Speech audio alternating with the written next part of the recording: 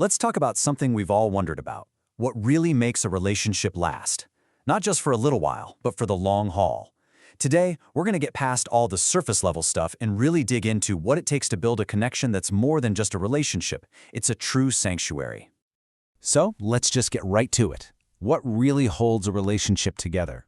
Seriously, we're bombarded with advice, but what's the actual glue? You know, the stuff that gets you through the good times and the bad. Is it that crazy initial spark, that can't keep your hands off each other feeling? Or is there something more to it? And that really brings us to the heart of the matter. It's kind of like this. On one hand, you've got physical chemistry. That's the spark, the fireworks, the thing that gets it all started. It's exciting. But then, on the other hand, you have emotional connection. And that, well, that's like the slow-burning embers that provide warmth for a lifetime. We're always told to chase the fireworks, but maybe it's the embers that truly keep us going.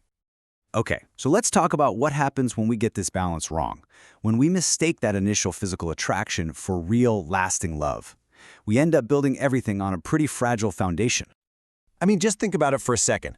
Our culture is obsessed with this idea. Every movie, every song, every perfectly curated social media post, they're all screaming the same message, that intense, overwhelming physical desire is the proof of romantic love.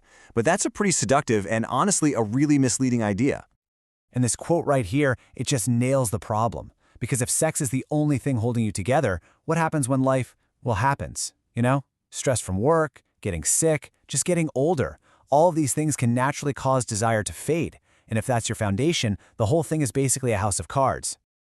So, this fragile foundation, it leads to a very specific problem. Let's call it the emotional intimacy deficit. You might know the feeling. It's that sense of being disconnected or hollow, even when you're physically right next to the person you're with. Okay, so what is emotional intimacy, really? It's pretty simple when you break it down. It's the ability to be completely 100% yourself with someone else. I'm talking about sharing your weirdest fears, your biggest dreams, all your vulnerabilities, and feeling totally safe doing it. No fear of judgment, no fear of rejection. That's the bedrock. And when that bedrock isn't there, the consequences, well, they're pretty clear. You end up feeling more like roommates than partners, right? Just coexisting. You might even use sex to paper over the cracks to avoid talking about the real issues. You mistake being physically compatible for being truly healthy as a couple. And then, when a real challenge hits, there's just nothing there to hold you up. Okay, but here's the good news. It absolutely does not have to be like that. We can build something so much deeper, something resilient.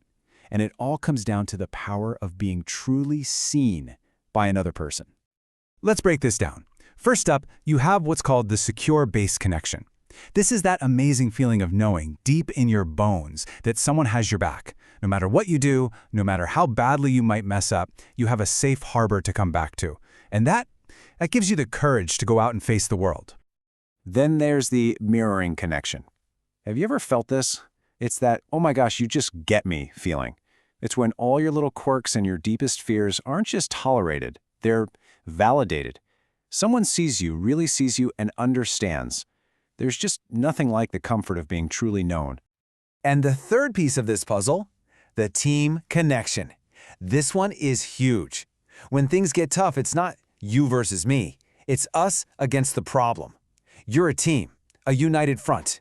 You're in it together, ready to take on whatever comes your way.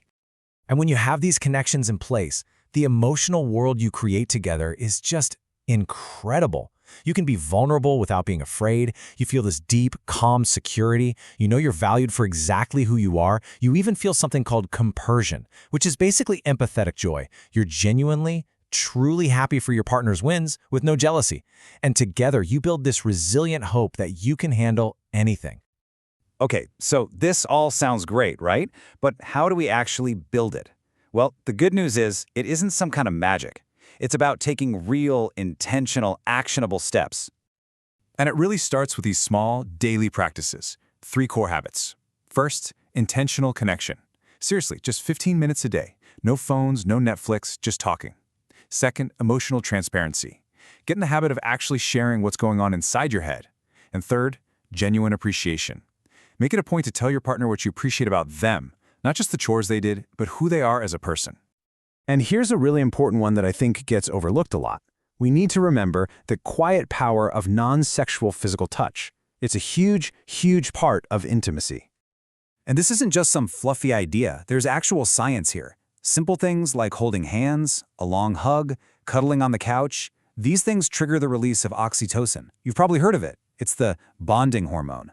It literally strengthens your attachment, lowers stress, and builds trust. It's like a biological shortcut to a stronger connection.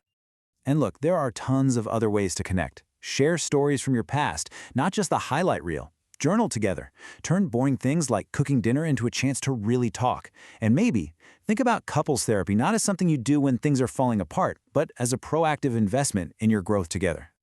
So when you start putting all these little pieces together, day after day, something incredible happens.